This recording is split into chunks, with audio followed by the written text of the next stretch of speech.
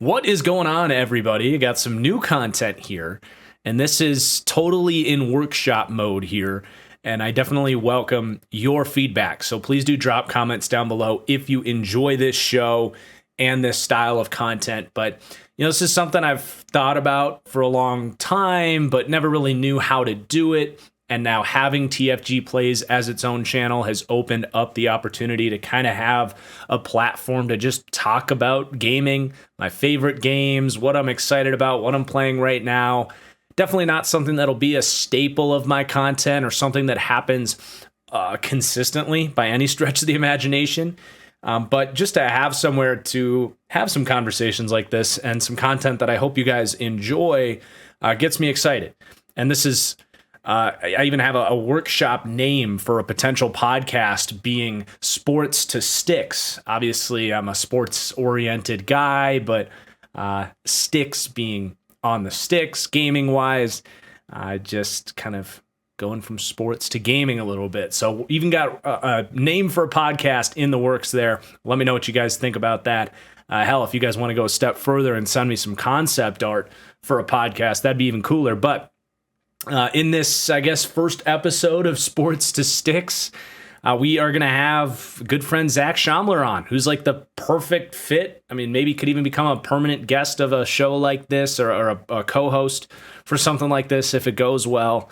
Another, sports YouTube channel, Strong Opinion Sports, but he, like me, has wanted somewhere to kind of have somewhere to talk about gaming. So we're going to just talk about what we're playing right now and what our top 3 games of all time are. So I really hope you guys enjoy the show. Hit that like button. Let me know your feedback down below, and let's get into it. And here we go. I am joined by my good friend Zac Shomler, and we're going to talk about some video games today. Potentially, workshopping the idea of this being a podcast called Sports to Sticks.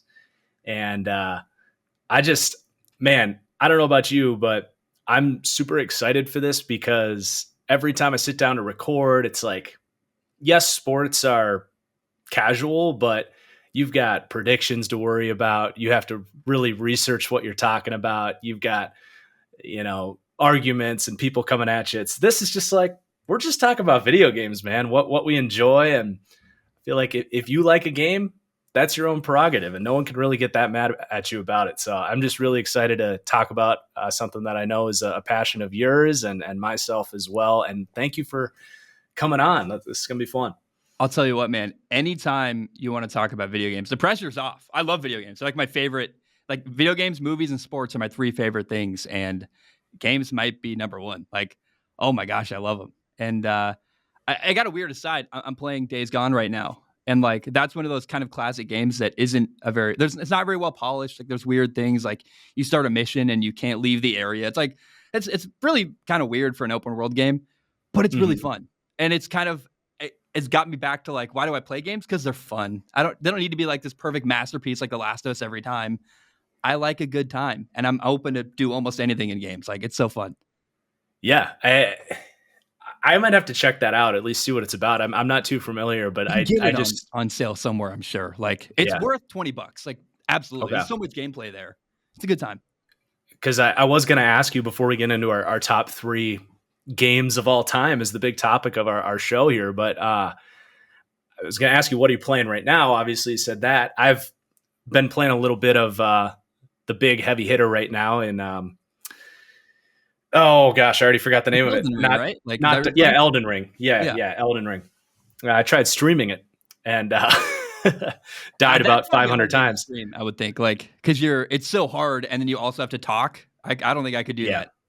Yeah, it was mostly just the chat laughing at me as I got my ass kicked for 2 hours. But I was a little bit overwhelmed by some of the open world aspects, and I love big open world games as much as the next one. One of my top 3 games is going to be one of those games. But I do think sometimes when you get a game that does kind of keep you on a certain path, it can be really nice if you're not looking for that huge, like 100-hour experience. Like it is nice to kind of be more pointed in that direction. And that is not Elden Ring. Like Elden Ring is, fully exploratory. I had no idea what was going on. So I was a little bit overwhelmed and definitely not the best streaming game.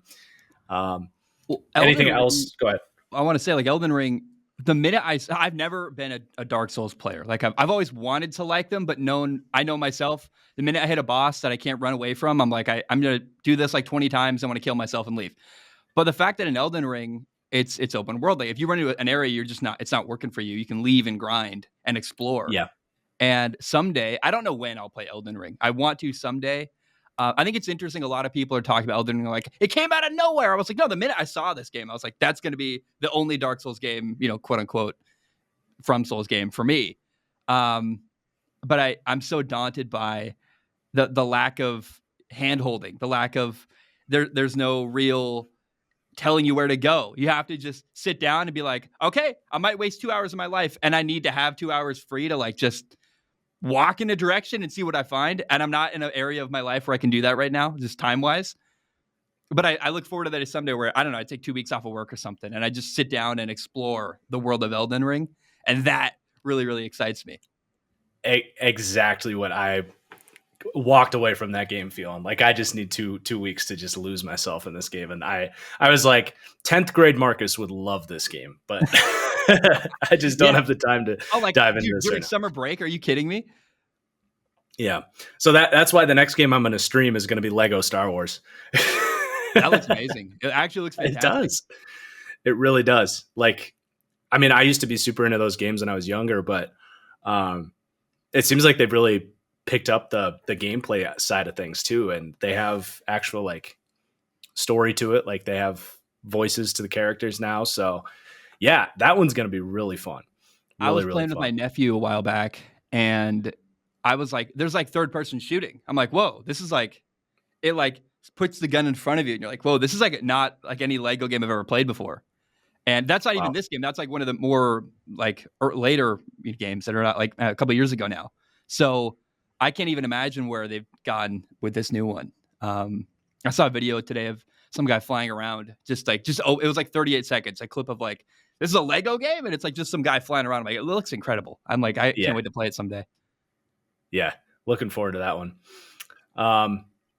Any other games you're playing right now, or just? No, I just beat Horizon Forbidden West, and I might even platinum it. I'm like really close to the platinum because it's like a super easy platinum, and I'm like, I got to do like 3 more things in the open world, and I have it. And I'm like, it'd be the second game I've ever platinumed. The only other game I've ever platinumed in my entire life is Horizon Zero Dawn because it's like my favorite. We'll talk about it. I can't wait. Like I can't wait to talk about that game. So I played that. I loved it. It's weird people don't like it, actually. Like a lot of people, I think Elden Ring has sucked all the oxygen out of the room and people aren't appreciating Horizon for what it is. But I'll say this, and when I talk more about Horizon Zero Dawn, I'll talk about a lot of the same stuff, which is that it really mastered the, how do I like that Far Cry style, like a generic open world game that you play. They perfected every little thing that is the modern open world game. The way quests work, the way you can lead, the way you talk to people, the stories are interesting. Every side quest has something interesting going on. The gameplay is incredible. Like it's the best version of an open world game that's not Elden Ring, which took a total side left turn and did something else entirely. So I love it. Yeah, that's my for the TFG plays crowd out there. I do my I do a summer let's play where I pick a game kind of in that breath. I did Jedi Fallen Order last summer. I did Last of Us 2 the year before that. So I do kind of that single player game to kind of do a let's play of, and that's the plan right now. I'm holding out hope that I can get a PS5 just to get on the next gen experience there, but no luck so far. I had like my alarm set. Amazon was supposed to do a drop at like 11 a.m. and I had my alarm set and I totally snoozed right through it. So I missed out on that opportunity, but I'll cool. Say I'm glad. In anticipation of getting a PS5 eventually, I'm actually going to give away my PS4 and like kind of just fully commit to getting a PS5 because everything you can play on PS4 is fully backwards compatible on PS5. And I have no reason to keep my PS4. I barely play it other than the couple times a game, like a Sony exclusive will come out that I really like. And I'm like, man, I'm going to give it to my nephew and get him a whole care package, like buy Spider-Man, Days Gone, the Uncharted games, like all the Horizon games, The Last of Us, like really Love give it. him like this really cool care package of all the best that PS4 has to offer, and give him my PS4, give him a brand new controller, and like I'm gonna take it to him in June and drive up to Seattle. I'm so excited Oh, for that that's moment to awesome. like give this kid. He doesn't have anything, and he wants an Xbox, and I'm like, I can't give you an Xbox, but I can give you a PS4, and I guarantee you'll love it. Lucky nephew, man. That's I an hope he awesome enjoys gift. it. I can't imagine if I was 14, that's what all I would want. Well, that's a great transition there, because part of the reason I want to do this list is, one, of course, to reflect on our favorite games, but I Yeah. think also this will be a cool listen for anyone that hasn't played these games, and you get kind of an opportunity for us to talk about like our favorite experiences as gamers, and games that if you have not played them, like I am legitimately jealous that there are people that have the opportunity to get that first experience with these games. So, um, let's get into it. I want to let you start with your Okay. number 3 game of all time. Man, 3. So my least. So this is actually I'm gonna have a hard time here because I put 2 I love, and then I'm like, what do I do with my third one? And everyone knows, Uncharted, The Last of Us, Mass Effect 2. And so it's weird to start with the third one because the third one's the one I'm probably getting the most heat for. The people are like, how the hell could you put that on your list? Like, what are you talking about? But it comes down to what I enjoyed the most. And um, I wanted to do something different. Like I said, I love the Uncharted series, probably my favorite series. Tomb Raider's great. Last of Us is awesome. Mass Effect 2 is a game that was almost my third game because that's like the first time you played Mass Effect 2, it's a total mind meld. Like I don't want to say the F word. I don't know if I can, but it just really. Oh yeah, it's no what is it? No holes barred or whatever the Oh, saying is. it's a total mind fuck. When you play Mass Yeah, Effect you 2, could say you're whatever like, the fuck you want on this are channel. you It doesn't matter. kidding me? I love that game. Will always be special to me. But I want to talk about a game that I'm putting it on this list third because I know that no one else on the planet would ever talk about it, and I want to give it the credit it deserves, which is Rage 2, which you've probably never even played. Have you ever heard of Rage? Do you know what Woo! that is? Did you play I it? do. I do. I have Really? seen my buddy play a lot of it, and it's been on my list. So I'm excited to hear you talk about So it. the story doesn't fucking matter, like literally at all. It's an open world, which I like. You have a like a dune buggy thing, and you drive around this open world. A lot of people call it empty. I don't give a fuck what other people think. Like I love this game, and what I love about it is I love open world games and checking stuff like boxes off a list. Like you're like, hey, here's a bunch of objectives, go do them. And then the gameplay is incredible. There's all these little power ups, and I would say it's like, have you played the newer Doom games? No, but that's another one that I'm Okay. familiar with. So Yeah. what I would say is that it's a lot like the newer Doom as far as gameplay, where it's fast, it's Okay. frenetic. You have all these like cool power ups, which you don't actually have in Doom. Like there's like this cool, there's all these abilities. You can do this thing where you jump up and smash the ground. You can like shift around and move all fast. And when you watch someone who's fully powered up play the game, they're like, "Pop, pop, pop, pop," like just zipping around the map. Like it's like you're in slow motion, like killing a guy as you run by him. You turn, you hit another guy, you kill him as you run by. Like you just going like crazy, headshots left and right. And it's that mixed with this open world. And it's two things I really love, which is like this fast, frenetic gameplay of Doom with the open Mhm. world setting of checking boxes off a list and taking out fortresses and taking out camps and clearing out areas of the map, which I love doing that. And it was a lot like I got a similar feeling from Far Cry 3, which is a game I love. But Far Cry 3 didn't have the upgrade tree and the powers that you have in Rage 2. And so even though it's not the best game I've ever played, it's probably one of the most fun times I've ever had playing a game. I don't know if it's because of the time of life I played it. I don't know what, but that game hit different for me. I had so much fun and I couldn't stop playing it from the minute I started. I just loved it so much. That that sounds like something I would love. Like, been playing the Outer Worlds a little bit on my Oh Switch, yeah. and Yeah, yeah. this just sounds like a better, faster pace, like better gameplay version of that kind of. Yeah. Well, the Outer Um, Worlds, from what I know though, I've bought it, but I've never played it. That is a way better story, doesn't it? Like it's more along the yeah, lines of a it Fallout or tries to. a Yeah, it yeah. hasn't. Story hasn't really hooked me at all. About Oh, then 5 or it's got 6 to be hours in, awful. but If the story isn't good, the gameplay can't be that great. Like I would think. yeah, yeah. I know it's a good game. I haven't really I guess found myself like playing it on my Switch. Mm. I've been like playing Pokemon Arceus instead, and just want that casual experience. Um, so I will go with my number 3 now. So with the number 1 overall pick, the Jacksonville. That's the wrong topic. Sorry. um, Mass Effect Trilogy is my number Mm. 3 Okay. game here. So I'm going the opposite direction that you went, where I'm going to go with the game that everyone knows about, but I do believe this needs to be on the list from one of us. And you mentioned Mass Effect 2 kind of being the best of the 3, but I do look at the whole experience kind of as one, Mm.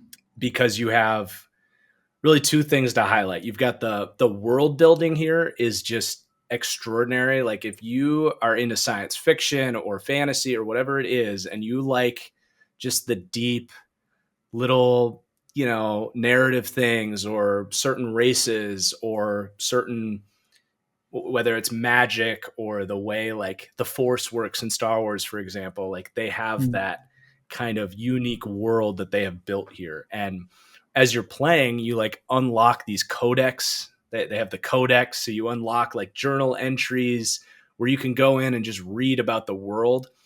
And I really appreciate that aspect of the whole trilogy.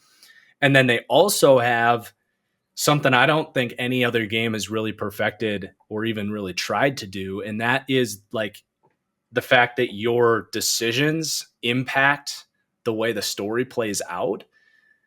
And you can keep certain characters alive. The game can go on without certain characters that you've saved.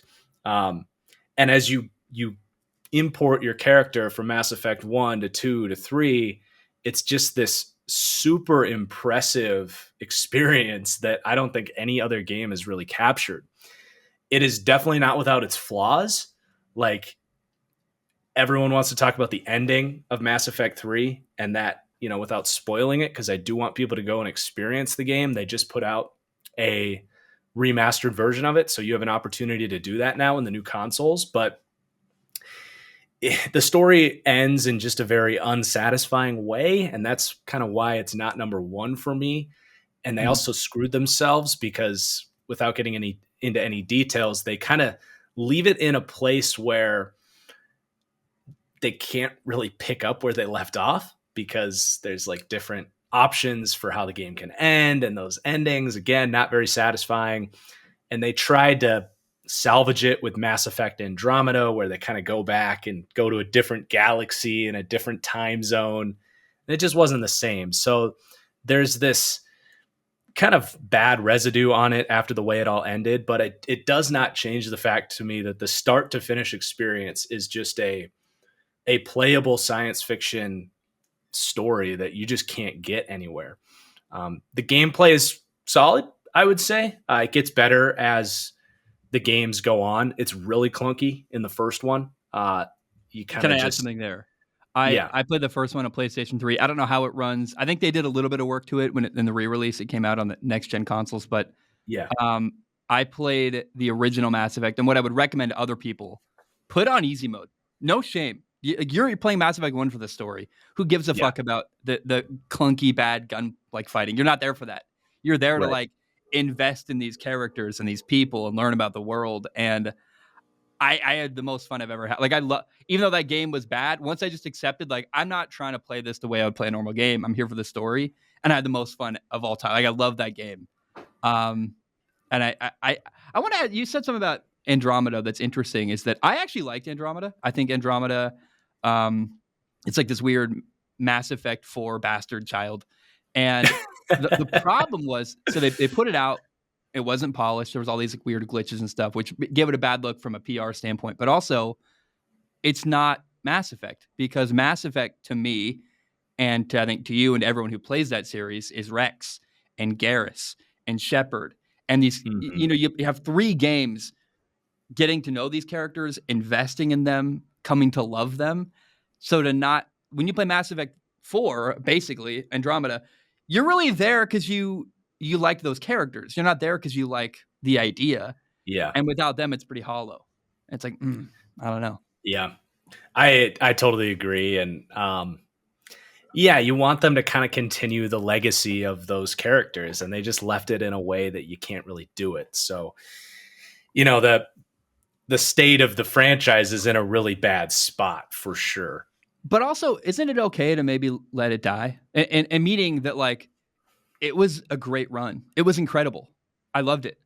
And isn't there something to be said for walking away and saying, "Wow, look back at that. That's amazing." There may not be more story to tell here, but or it has to be something entirely different. But I like there's something I love about the Mass Effect series where you can do these optional side quests to invest in Garrus, to go to Rex's homeworld and help him and the Solarians, and you can go all your little party members. You can go do side quests, getting to know them and their story. And the more you do, the more you know them, and it changes the outcome. And I love that so much. Like between missions, going to talk to them on the Normandy, and like, oh my gosh, what a cool ship too. By the way, like the Normandy is such a part of that Yeah. entire experience that The Normandy is a character in itself, and yeah, it's there in every single installment of the game. And yeah, it's just Joker, the captain, and there's a moment. I no spoilers here, but between you and me, you'll know what I'm talking about.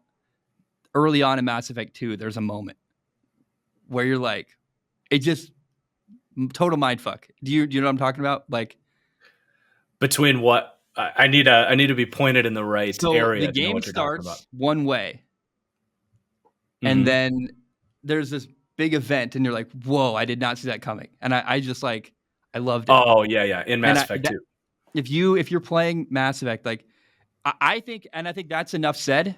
But if you've never played Mass Effect somehow to this point, and you're watching this content, I would say get the trilogy, play Mass Effect 1 on easy mode if you want. But what you're Fly really through there it. for is that moment early on in Mass Effect 2. Is like Mhm. one of the best games or best moments in gaming history for me. I was like, holy shit. It's up there with like Yep. the end of Uncharted 4 when they're like walking to their house and looking at all their little collectibles. It was such a meaningful moment to me. Yeah, absolutely. And you might be onto something in that maybe, it was just the right collection of people working on this game, and it really was the writing and the characters and the voice acting and all that just kind of came together, and made this masterpiece. I do still believe, though, in the lore that they established. I do believe that they could get it back with the right people working on it, because like I said, I led with the lore being, kind of setting up this world, this universe, that has a lot of potential to revisit. So yeah, Mass Effect. If you haven't played it yet, go play it. What are you doing with your life? On to number 2 for you. My number 2 game is a nostalgic one. So I love 3D platformers. Like I've talked about how I love open world games. I love first person shooters, but probably like my deepest love is when a new, fun, good 3D platformer comes out. For example, I loved Hat in Time, which is an obscure, outstanding 3D platformer. And when that came out, I was like, hallelujah, let's go. I love Ukulele. Like anytime I get one of these, someone throws me a bone and makes a really good 3D platformer, I'm all in.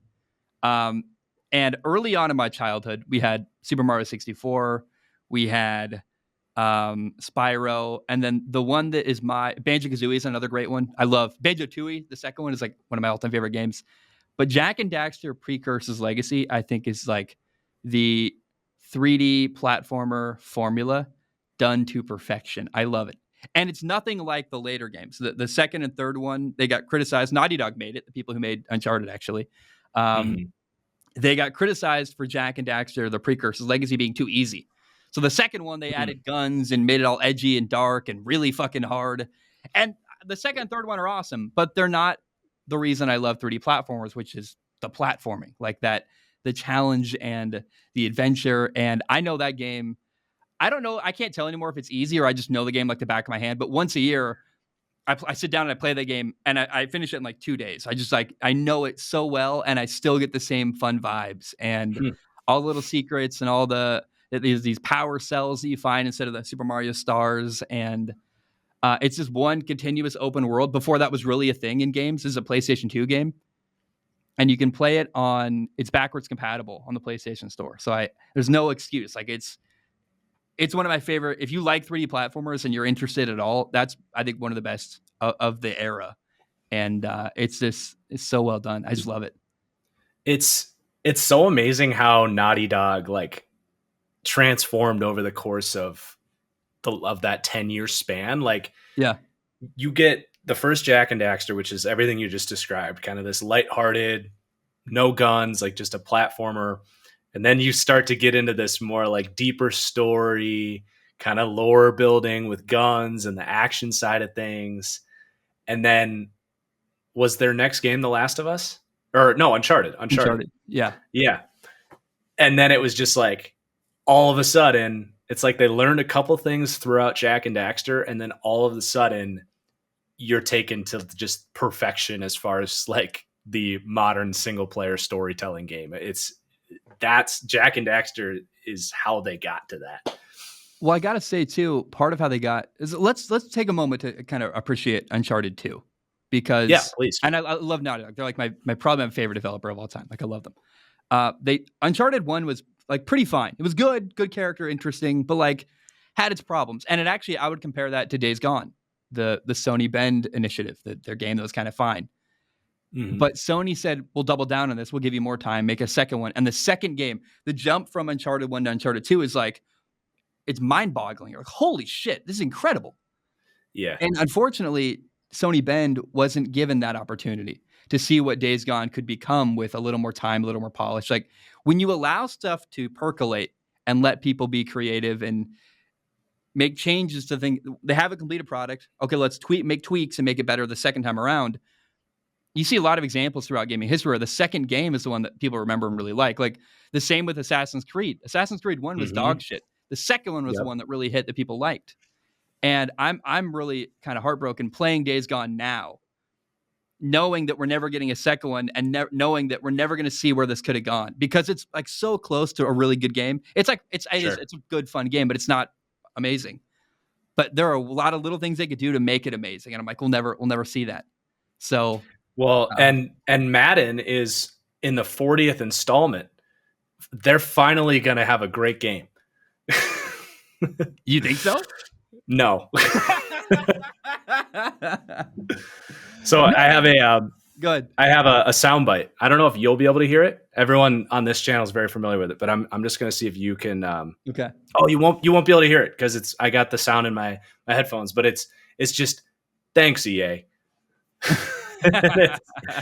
Every time I'm streaming Madden or something and a glitch happens or some BS gameplay happens, it's just like, God, this game sucks. And it's so frustrating.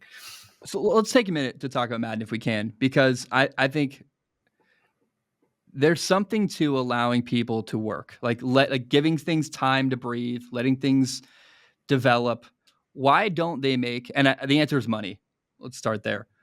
Yeah. But couldn't they make Madden more of a platform where they are, because that's all it really is anyway. So like maybe for 3 years, this is Madden for 3 years, and we'll give you roster updates. You got to buy them, like DLC, blah, blah, blah. And then 3 years from now, actual new Madden will come out with different animations and different stuff. And you've had 3 years to work on making a new one rather than kind of just, because I'm sure, you know the Madden people better than I do, but I'm sure like deadlines are coming and they're just barely making them every time and doing the bare minimum just to get to their deadline rather than focus on making a great game. And it's so disappointing. That's exactly right. I mean, it would be, I mean, that's what Call of Duty just did. They decided we're going to go every 2 years so we can really get more creative and, not be this money suck every year. That's what Assassin's Creed did. They were like, hey, it's not working for us. But until you punish them financially, they're not going to do that, Yep, exactly. And that's it. Like you sell the roster update every fall and I would imagine the money you save on production and trying to crank out all this stuff. Maybe I'm totally being an optimist here, but you would think the margins are similar. If all you're doing is releasing a roster update, I don't know. It's a big problem, but it's never going to change. That's what's most frustrating about it, because it's the NFL. And so we're doing this list of like our favorite games of all time. How about an honorable mention from your boy Zac Shomler? I still play to this day. I have a PlayStation 3. I have 3 of them actually. I have the George Foreman grill. I have 2 of those. I've got the middle one. Because my favorite Madden is stuck in the past. I'll never be able to get it again. I have 2 versions of the disc. I have 3 PlayStation 3, so I can play it perpetually, hopefully forever. I played Madden 11. It's my favorite fucking Madden. It's amazing. The franchise mode is great. I love one thing about that game that I love is pre-snap.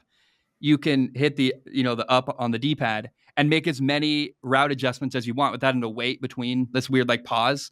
If you play the new Madden games, you'll change the route and it's like this weird hitch. Yeah. You got to wait, then change it, then wait till that one's ready, then do another one. That one you can like rapid fire, like bang, Boom, bang, boom, bang, bang, boom. slant, vertical, hike, like, and you're gone. And oh my God, I know that game like the back of my hand. I don't want to learn how to play a new one. I don't really give a shit. I'll play with Vince Young. I don't really care. Like, I don't give it. I just don't care anymore. And honestly, when you play franchise mode for a couple years anyway, like you have all new players. So like, I just don't care about the old roster. It's fun to play with Donovan McNabb sometimes with Washington and like win a Super Bowl with him before his career ends. Like, I don't really care. And I've made so many different franchises. You can only play for 30 years, which is kind of sad, but Madden 11. And I'm telling you, like, I know every animation where a guy will be running at you. And I'm like, I know exactly when to hit the spin move button, when to like juke. I'm untackleable in Madden 11. Like, if you ever want to play Madden 11, I'll kick the shit out of you. I promise.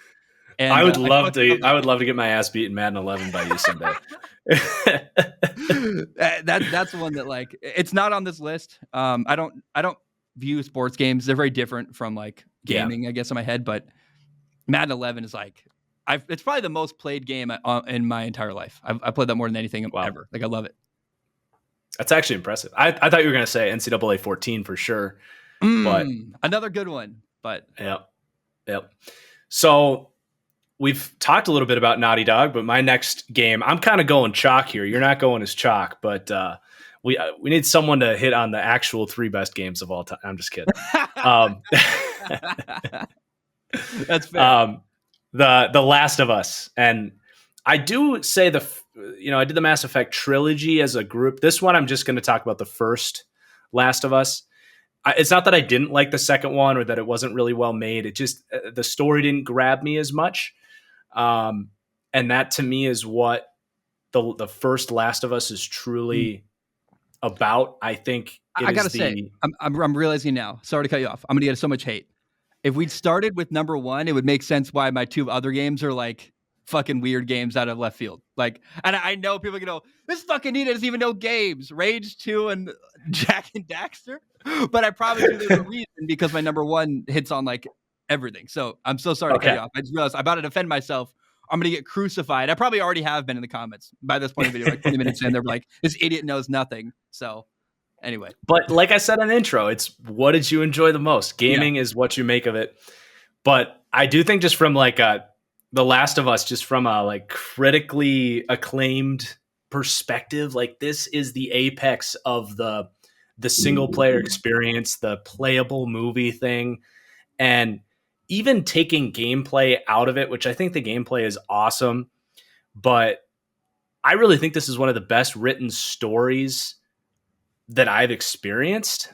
Even if it was just a movie, like you have everything you could look for. You have just really talented actors is really what it is. Cause it's not just the voice, it's the way they're able to do the motion cap and all that stuff. But I mean, Joel and Ellie are just dynamic. They have these backgrounds and the way you have the lost father in a way that loses his daughter early on in the story. It's like the first thing you find out. So that's not a spoiler, but the apocalypse starts. He predates the apocalypse.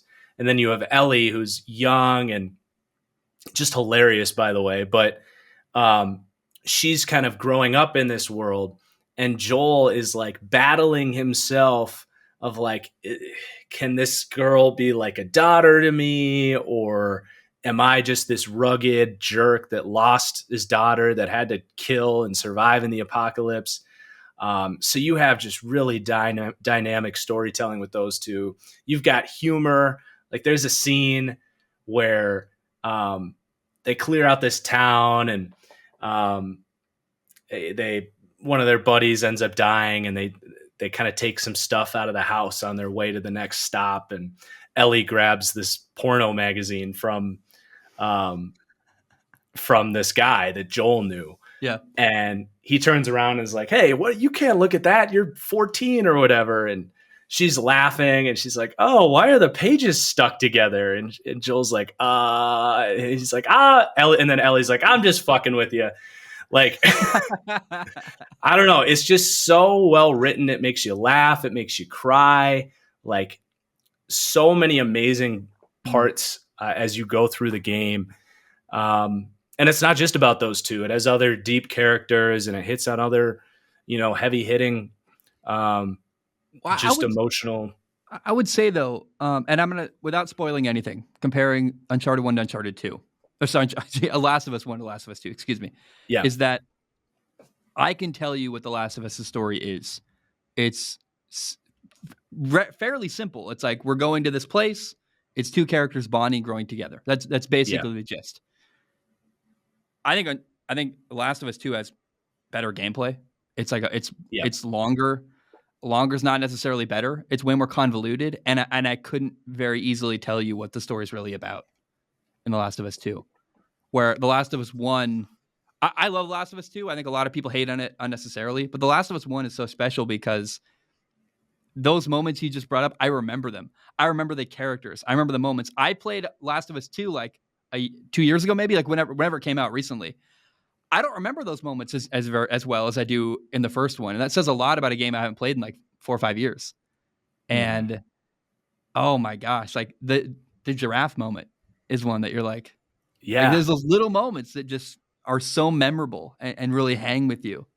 And graphically, it was just so jaw dropping at the time, and they've remastered it, so it still looks great. It is seriously the perfect game. Especially when you compare, like, Xbox had Gears of War coming out, and Gears of War is very brown and gritty. And when you look at the Xbox exclusives at the time compared to what Sony was doing with Uncharted and then ultimately The Last of Us, it's so much more beautiful. It's so much more colorful and so much more interesting to me to look at. I love Gears of War. It's really fun. But like, The Last of Us is head and shoulders better than any exclusive game Xbox has ever really made. That's not to say, Halo 2 is great, but they didn't make that one. And you're right, it's just such a special game. Did you like the second one? I did, but again, it wasn't what I wanted from The Last of Us. It was a very enjoyable game. Yeah, gameplay was awesome. I enjoyed every second of it. I wouldn't say it was a bad game, but it just wasn't. It wasn't the first Last of Us at all. Well, I would say it was actually an amazing game as far as like the fact that you can like sneak under cars and like the way you could hide in the bushes, like the little elements they added to the stealth are really cool. The crafting is awesome. But the problem was they made this amazing game with a story that was super unsatisfying at the end. Right. And then unfortunately, that fact took away from all the incredible work they did to make this great second game. It kind of got ruined by an unsatisfying ending. It's like, man, where have we heard that before? Game of Thrones, man. I was going to say Mass Effect that we talked about earlier. Lost, or did you ever watch Lost? I did, yeah. The first 3 seasons of Lost are incredible, and then I don't know what happened. It just kind of they don't want to do it. It was kind of like that's why you stop while you're ahead. Is that they kept making Lost and it went nowhere that made sense. You keep making Mass Effect and you lose what made Mass Effect great. That's kind of my argument. Yeah. Like, I don't know. Totally. So you want to do your number one? Yes. Redeem yourself? No, I'm just kidding. Yeah. We'll see. So my favorite game of all time, to understand why it's my favorite, you got to know some of my other favorites, which are, I love the Tomb Raider reboot series is incredible. Like the bow and arrow, really Lara Croft is a great character, exploring, especially the first one in that series is like really fun. The map is awesome. The like little island they're on. I love the Uncharted series. I love the story. I love Nathan Drake. I love the characters. Mass Effect is a game that I play for the story. Like I love the people. I love Doom. Like the newer Doom is the gameplay is incredible. There's that feeling of like fighting these hulking monsters and you're rapidly running and dodging their attacks, and It's fast and frenetic. I love Monster Hunter World's a game I love. A similar vibe, Mhm. that feeling of fighting this massive beast. And my favorite game of all time took elements of all these games I love and just slammed them all together. My favorite game of all time, and I don't know if it's the first one or the second one. They're all pretty much the same at this point. Like Horizon Zero Dawn and Horizon Forbidden West are like the same game. They just continue in my mind. Um, but that's it. It's Horizon Zero Dawn is my favorite game of all time. It's the only game I've ever platinumed. I'm not a trophy hunter at all. I almost play almost. It's funny. I've talked about PlayStation games this entire time. I play way more on Xbox. I'm actually predominantly an Xbox gamer, believe it or not. But I love Sony exclusives, and this game had a story that I gave a shit about. I loved all the characters. I loved reading the codex the same way I loved in Mass Effect. Yep. But then I love the bow and arrow. And I loved the combat in Horizon is so fun. There's these hulking monsters and you can like shoot them down and target their parts. And in the first one, you can like trap them and tie them to the ground and like just really take down these incredible beasts. And it's the gameplay, it's the story, it's the exploration. I love everything about it. And for that reason, I think Horizon Zero Dawn is my favorite game of all time. It's just all these elements combined into one that make it perfect to me. Yeah, and I'm drawing a connection here. Something that just hit me. It's like Horizon Zero Dawn does something really cool with the kind of lore building and the story that The Last of Us does and the Mass Effect does, where it's like this different future. Yeah. And especially in the first game, I don't know how much it builds off it in the second. I can't wait to find out. But like for the first half of the story in Horizon, you're like trying to figure out like what the fuck happened here? Like what is going on? Why am I killing these giant robots? And you're just having an absolute blast while you figure it out because It's the the gameplay mystery, is though. You're like yes, uncovering this massive mystery. yeah. And man, it's so good. I think I got to go back and replay the first before I do the second. I just started watching like a let's play on it, and I was like, I just want to hop back in and play that game because it really is like everything you said. And there's something so satisfying about bow and arrow gameplay. I don't know what it is. Yes. I love Like, that feeling of like you pull back and the tension grows, and then like using the yep. focus element of that game where you can like slow down time and then find a perfect headshot and just nail. I love taking down I love that the Far Cry experience of like finding a camp, highlighting all the people, and then slowly taking them Uh-huh. out. And in Far Cry, like Far Cry 3, I just became a sniper basically. I just was sniping people like from far away and like just taking them out. And then if I'd get in trouble, I'd RPG them to death. But the stealth is so much easier in Horizon because it's inherently silent, and so you can just tag everyone on the map from far away, sneak in, boop boop, and Yeah. it's the most satisfying thing in the world. And it's the same with Horizon Forbidden West too. Is that I love that. Not only do I love fighting the robots and the massive robot dinosaurs, which is such a hilarious thing, that's fun. And then there's a different type of combat against humans. So it's got both Uh-huh. elements and a great story. Oh my god, it's my favorite. It's my favorite game of all time.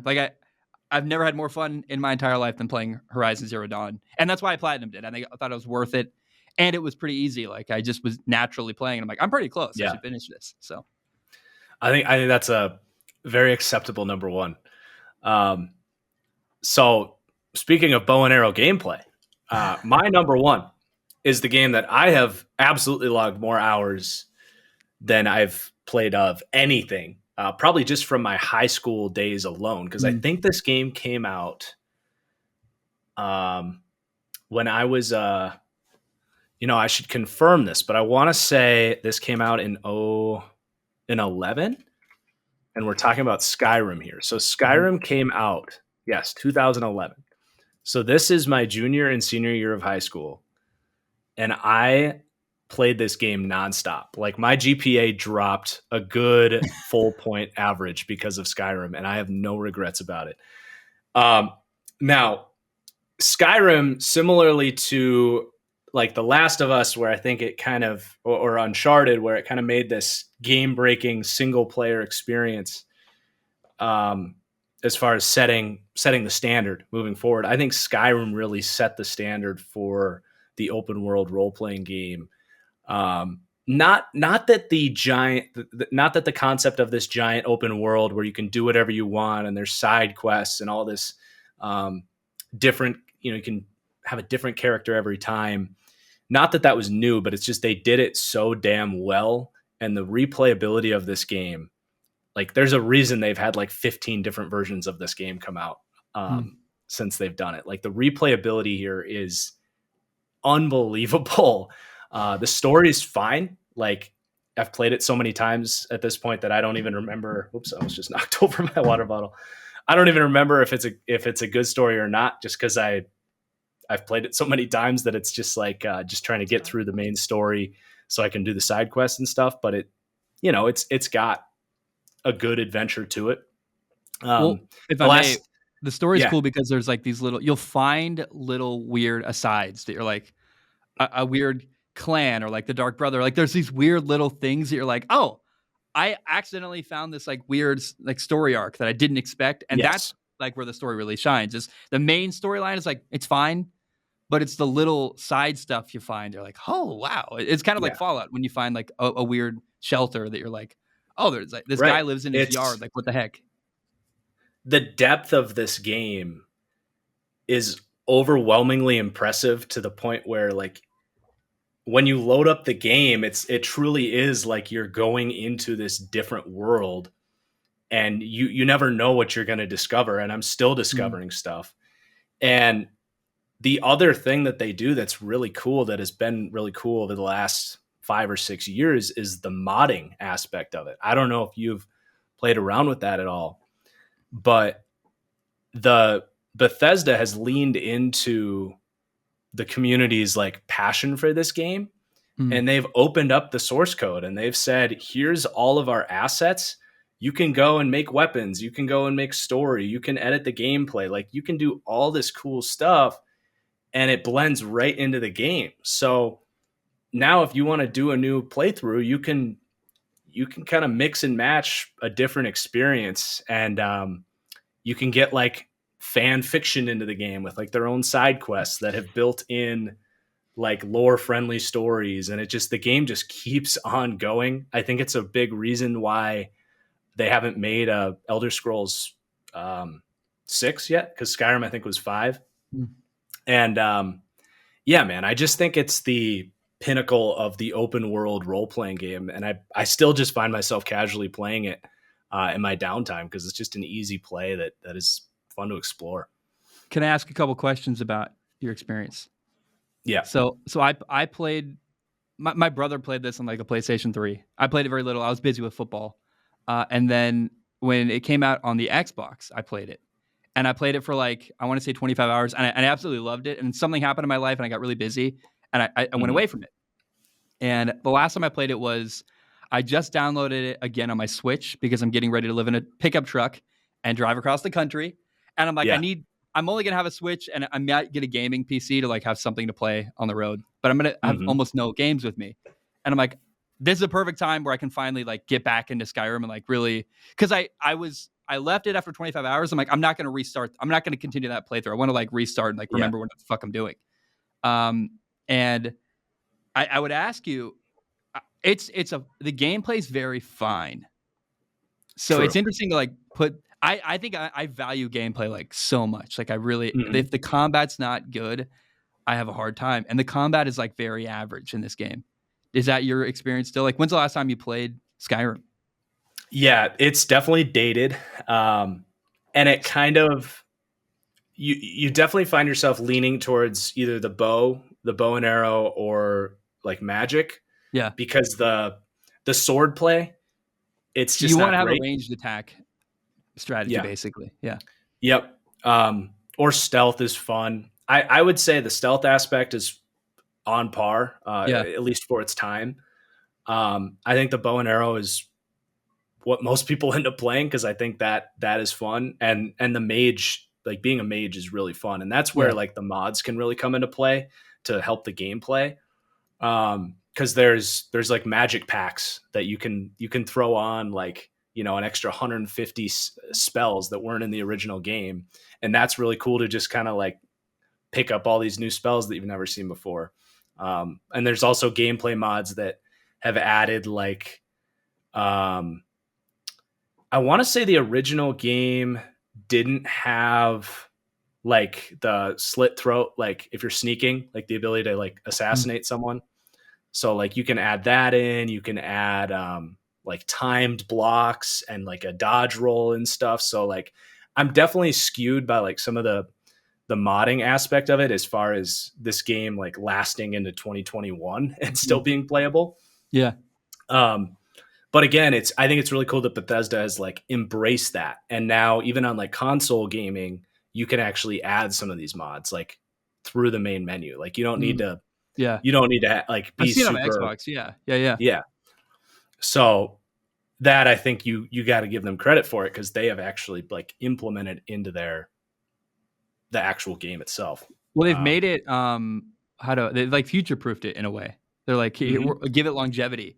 So I'm curious, how would you compare the game I would most closely compare this to is The Witcher. It's a similar fantasy setting, way more political. The Witcher, a lot like Yep. less. The gameplay I enjoyed more in The Witcher. How would you compare them?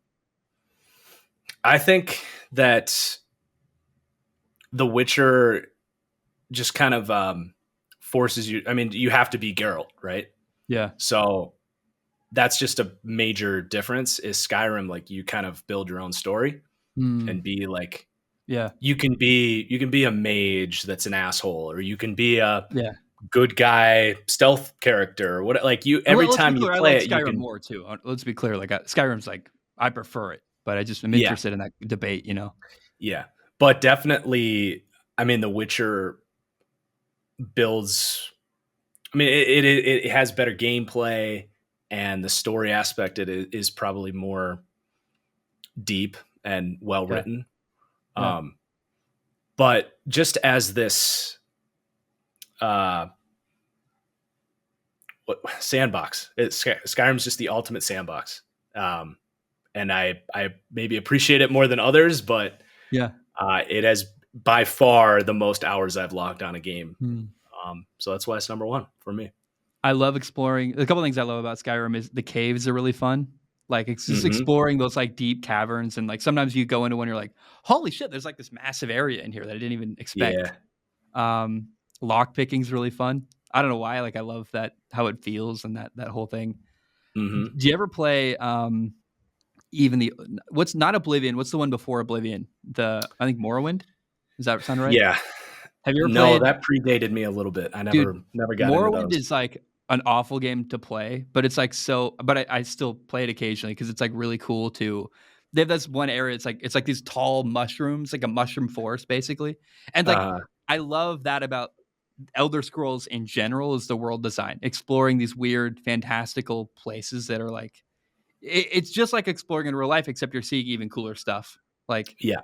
I love exploring. It's escapism at its finest, and it's wonderful. Yep.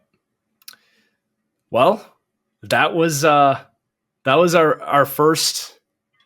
I don't know. I don't know if we're gonna make this a recurring thing or Dude, what. hit me We'll up kind of see how. anytime, Yeah, anytime. we'll I love it. we'll just have to see where it goes. But it was definitely fun. That is, I feel like a conversation I've been wanting to have for like 5 years. Just have been looking for the right opportunity and platform to do it. So really excited that you joined us here tonight, and hope everybody enjoyed the podcast. Let us know what your favorite games are. Who did we snub? Who did Zach snub? I mean, with putting. I got an idea here if you want. Okay, What if let's we hear it. did you like this is your thing, so but I'd love to be a part of it if you want. It is like a series of lists of like, our favorite first person shooters, our favorite Yeah. open world RPGs, our favorite I don't know, what do you call a Far Cry game? Like that style, like open world Hmm. checkbox game, our favorite platformers. Like that, I don't know if that'd be a fun series or not, but I could hammer out a couple lists if I really think about it. Definitely. Like, Yeah. have you ever heard of Singularity? Mm-mm. I'm playing Singularity in the PlayStation 3. It's this incredible, Raven made it, who makes Call of Duty now. It was like Okay. their last first person shooter they made that wasn't Call of Duty. And it's just like, it feels like very much like Bioshock. I think you can get it on the PC. It's just awesome. Hmm. I highly recommend Singularity. It's from like 2013, I think. And it's this really Okay. special, obscure first person shooter that no one's ever heard of that I like love. Interesting. It's so fun. Yeah. All right. I think I think we got to lock that in. We'll do it when we can. Definitely, after the draft and all that stuff. But Yeah. awesome. That was a lot of Marcus, fun. I love Thank you, you man. so much for I coming feel on. like I cut you off a couple times too, and I'm so sorry. I didn't mean to. No, I think we got rapport, I but probably for the did the people same to you. listening, it might have been jarring. I don't know. It's also hard to we have a little delay, but I love you so much, man. Thanks for having me. That was awesome. Yeah, that was a ton of fun. All right. Peace out, everybody. Perfect.